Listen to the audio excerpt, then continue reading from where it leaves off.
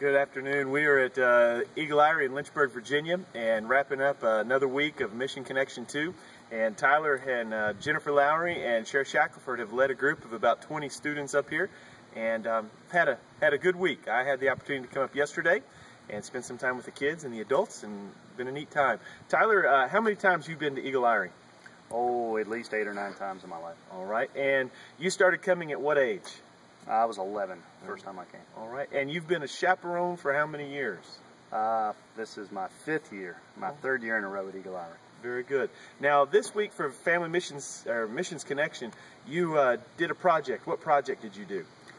Myself and a couple from our church and some other kids, we went and we built a porch for Mr. Dabney, a delightful older gentleman who's just kind of in a bad situation with an ill wife and poor health, and just you know, pretty desperate situation. So we were able to go out and help him.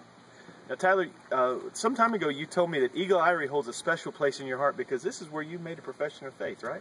Yes, sir. When I was 13 years old, right down there in the worship center, I stepped forward and made my profession of faith then, and this place has always held a special place in my heart. That's why I enjoy bringing the kids back here every year. Very good. Well, Tyler, a couple of months ago, I sent out an email asking people to tell me where some sacred places are in their life, and you wrote back.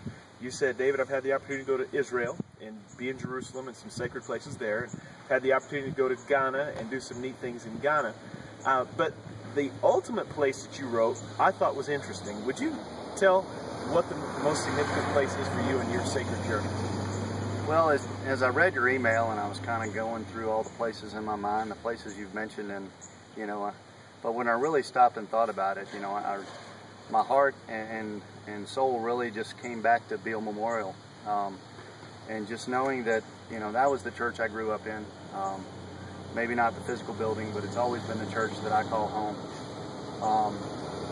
And kind of going back through my life, especially in recent years, you mentioned Ghana, and I mean, second row back, left-hand side, that was where I truly felt that God, you know, touched my heart and called me to, you know, to travel and to go to Ghana, and since then, you know, becoming a deacon and working with the youth and all that, you know, it really does hold my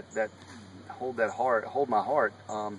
And as I mentioned in my letter, aside from that, there are it's just been a place where I've been able to go and when I need to just have a few quiet moments with God, and you know, every Sunday you always kind of offer up the altar to come down to and kneel and pray. And while I've never come down during service, I have many times after Awana or youth group, as I'm turning off lights or checking the church, I've oftentimes gone and taken that moment to kneel at that altar and just take my problems, take my joys, to say thank you and to ask for help. And to me, that is the place that I can truly say I have been with God, and there is no more sacred place than a place that you can say that you've met with and been touched by God, and that's Beale Memorial Baptist Church for me.